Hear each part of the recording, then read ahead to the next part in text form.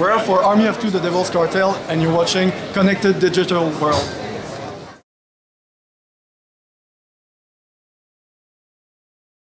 So do you want to introduce yourself and tell us your role? Julien Lamoureaux, lead designer on Army of Two, The Devil's Cartel. Okay, tell us a little bit about the new game.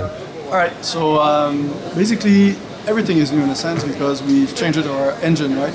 So we're now on Frostbite 2. So whenever, like in the gaming world, whenever you change your engine, it means that you have to rebuild everything from the ground up. So when we did that, we're like, okay, what is our game? What are we trying to do as Army of Two? And it was pretty obvious for us that we were doing a co-op game.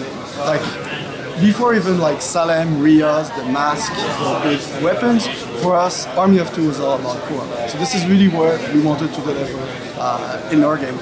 So what does it mean to be co-op? Well, first, obviously, we have all the classic stuff that you would expect from a great co-op game. So you can play single player with a partner AI, you can play in split screen, you can play online co-op, and you can like mix and match any of these modes and keep your progression. So you can start like in single player for like level 1 and level 2, then switch in online and then go back, and then your character progression, all the customization that you're doing, you're actually keeping it.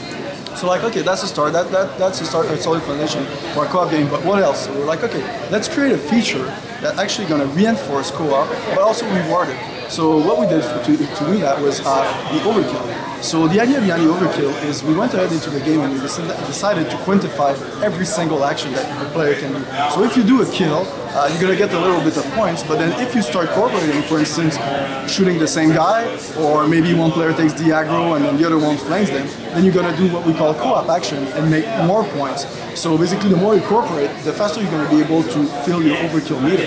And once you have your overkill meter filled, then you can trigger it at any moment that you want. So when you do so, you're practically invincible, you create a lot of damage, you have infinite bullets, and you don't need to reload. So you're just a wrecking machine, and this is really where the Frostbite 2 engine shines, and you can really appreciate the destruction, not only from like little props, but also from cover. The enemies comes in pieces. Like it's really like a visceral moment where you can just really like enjoy the fact that you've been on cover, like playing tactically with your friend, and now overkill is kind of the payback time where you just destroy everything in the passage. So that's really one of the key features. It's quite a bloodthirsty game. Yes, it is. Have you had any sort of negative feedback on that so far? Of course, like very few people get offended by it, but honestly, like so far, like most of the reaction has been really positive. I mean, at the end of the day, it's a game. We're not like taking ourselves too seriously. We want to make sure that people enjoy it. It's an action blockbuster vibe.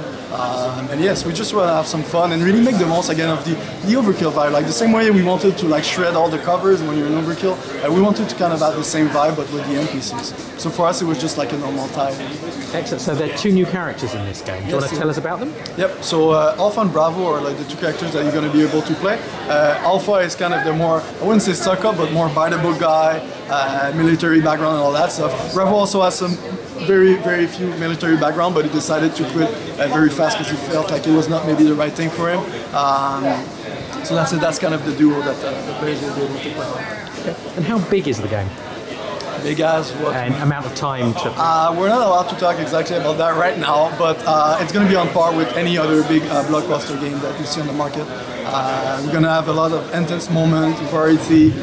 We're playing with like, you're going to have like what we call like set pieces or like epic moment, what you maybe saw at Gamescom with like the helicopters and the epic save.